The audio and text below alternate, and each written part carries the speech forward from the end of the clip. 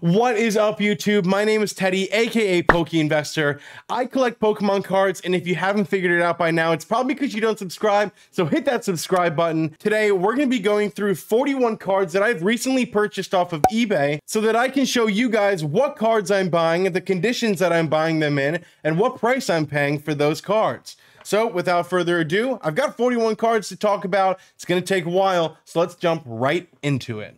All right, to start things off, I've got a couple of holographic cards from the Legendary Collection. You see the set symbol right there, marking the Legendary Collection set. And we've got Zapdos, we've got Jolteon, Machamp, Muck, Dark Slowbro, Ninetales, Flareon, and an Alakazam signed by Real Breaking Nate. Now, Alakazam is probably my #1 favorite Pokemon of all time. I met Real Breaking Nate at Collecticon in Texas a couple months ago, so I had to have him sign this. Other than that, I bought this entire lot together on eBay for $110. Every single card is super minty, and when it comes to something like holographic cards from Legendary Collection, most people are chasing the reverse holos in this set. Second up, I've got two Holographic Mew cards. They look identical, but they're actually very different. So the first one on the left is Japanese, and it was released in 1997 as part of the Fossil set. I paid, I think, $15 to $20 for this, and if it were to score a PSA 10, it would sell for probably around $500 to $600. The English card, however, not part of the Fossil set, not released in 1997. This version of the card was actually released obviously in English as a Black Star promo, and while the other one sells for about $500 to $600 at a PSA 10, the English version sells for around $1,000 to $1,200 for a PSA 10. Like I said, I don't think I'll get a PSA 10 grade on either of these cards, but the prices are pretty high and they're fairly easy cards to find in their raw form. And now we have the first edition cards. We've got Sabrina's Alakazam, which I purchased for, I think, $45 on eBay. And then we've got the first edition Flareon from Jungle, which I actually got for free when I purchased a bulk amount of vintage Pokemon packs from somebody that I met over eBay. So me and a friend, we purchased 9 vintage Pokemon card packs. Here's 2 of them. Here are the rest of our vintage cards, which I'll go through quickly. Here's a holographic Gengar near mint condition, purchased for I think $12. Here's a holographic Misty with a beautiful swirl on it. This is from the Gym Heroes set. I love trainers so much. I believe I bought this for $20 on eBay. Then we have a couple of base set 2 cards. I've got Raichu, Alakazam, and Venusaur. All cards were purchased relatively cheap. Raichu, I think, was about $12. Alakazam around $18. And then Venusaur, a super minty Venusaur, by the way. I think I paid $60 for this card. All right, following the base set 2, we've got Meryl from Southern Islands. Now, this card is definitely not scoring a 10, maybe not even a 9, but it is beautiful, and it's one of those cards where I just love this card. And then finally, we've got Abra and Alakazam reverse holos from Expedition. 2 absolutely beautiful cards. I still need to get the holographic version of this one, but for now, this will do, and you guys know I do love my Alakazams. Moving on from the vintage cards, I've got a couple of modern promos that I'm just absolutely in love with. This really comes down to buying what you love. If these cards were to be worthless tomorrow, I would not care. I love them so much. The first one is a Charmander with the Toys R Us stamp on it. Absolutely beautiful holographic card. This one is definitely in near mint condition. We're talking PSA 9 minimum. I would not expect anything less from it. Then we have the Alolan Vulpix with Toys R Us stamped on it. So both these promos were released in 2016, I believe, obviously through Toys R Us. And then we have a Golden Magikarp XY promo. Just such an interesting card. Definitely a fan favorite when it comes to the Golden Magikarps. And then we've got the Shining Ho-Oh that is clearly still in its factory seal. This is one of those cards where you can find them for like $30 sealed, $35 sealed, and PSA 10s are selling for $200 to $250. So it's a very easy pickup. It just makes sense to grab one if you have the opportunity. And of course, it's a really beautiful Ho-Oh. So Can't go wrong there. And then finally, just a cute card that I loved. It's Build-A-Bear Workshop stamped Pikachu card. This Pikachu's art was actually reused from Roaring Skies. I do have that card as well, but I just thought the Build-A-Bear stamp was so cool. I bought this card for I think $18 on eBay. And finally, I've got some more modern cards. Yes, I did buy a Pikachu VMAX from Vivid Voltage. Something like this Pikachu, it's so hard to pull. The pull rate is absolutely insane. If you're really gonna break down the cost, it's more cost effective just to buy the card rather than spend the money on the packs to try to pull it. So I bought a Pikachu VMAX and it looks pretty sweet outside of the off-centering.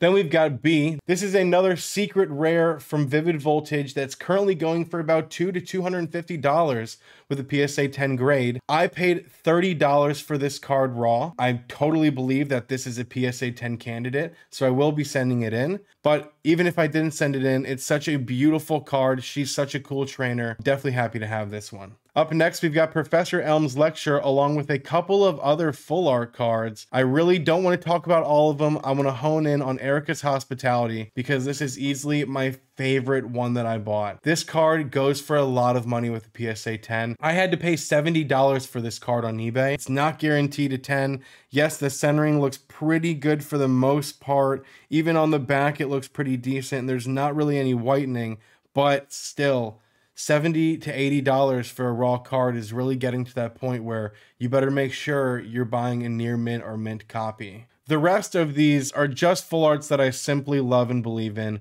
Lady is from Hidden Fates. Underground Expedition is from Celestial Storm. I got both of these for under $25. Professor Elm's Lecture I actually purchased from my good friend Amazing Games TCG. Check him out on Instagram. He gave me a steal deal for this card, and it's in absolutely fantastic condition, so I'm more than happy with it. Again, everything that I'm showing you guys is going to get sent to PSA. Obviously, I pulled Phoebe. Don't know why Phoebe is in this pile. I pulled her. Olivia is a gorgeous card. And then we've got a couple of Hidden Fates cards, actually, that I really believe in. Something like these legendary birds. You've got Ho-Oh and Articuno full art shiny cards. These cards are cheap right now.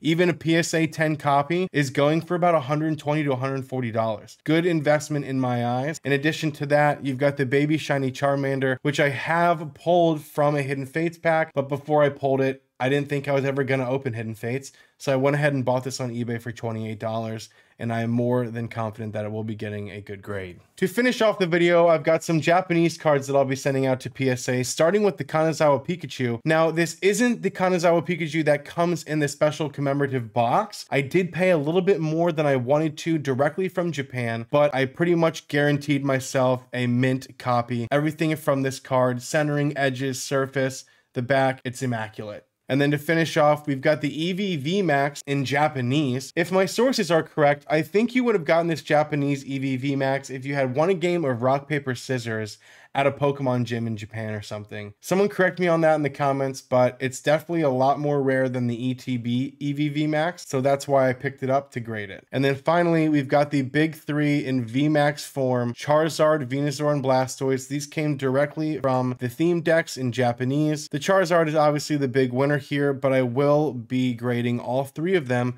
so that if I do decide to sell them, I can sell them as a set. All right, now that we're done with the cards, I want to bring out some of my vintage booster packs to show you guys which ones I'm buying and how much I'm paying for them. So starting off, I've got a full art set of fossil booster packs.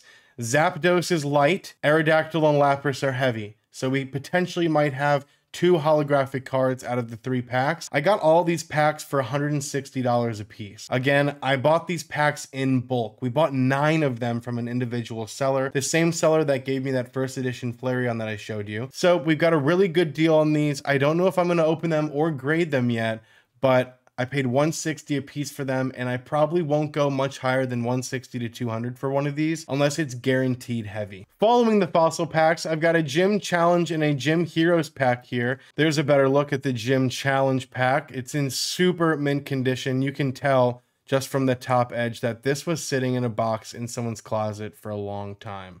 Then in addition to the Gym Challenge pack, we do have the Gym Heroes pack. This one's a hanger pack. You can see that it hasn't even been punched out yet. So another one that clearly was sitting in a box, both very, very minty condition. And while this one does weigh heavy, I'm not really sure how to weigh a Gym Heroes pack that has the long crimp.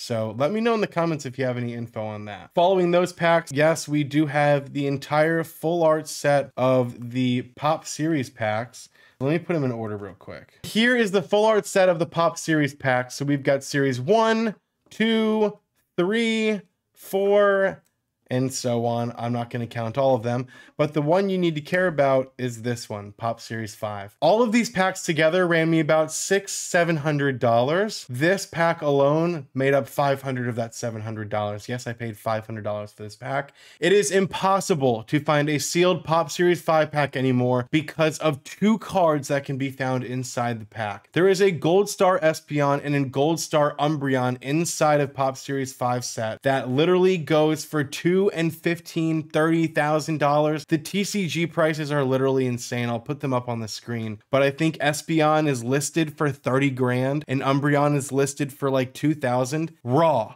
These are not graded prices. So this pack was stupid expensive, but I had to buy it to complete the set, and I will be getting all 9 of these graded, and hopefully I'll be one of the only graded Pop Series sets.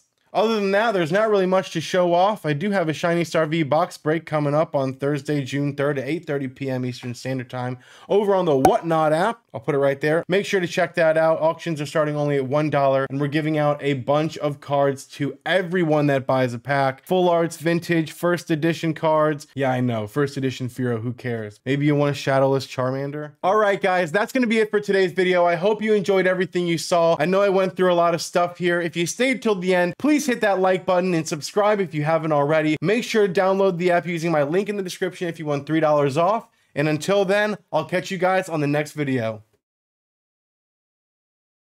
You really still here? Come on, dude. All right, if you're really still here, just go to my Instagram. All right, go to my Instagram. I've got some amazing pictures, and we're going to be hosting a giveaway soon. So make sure to check it out.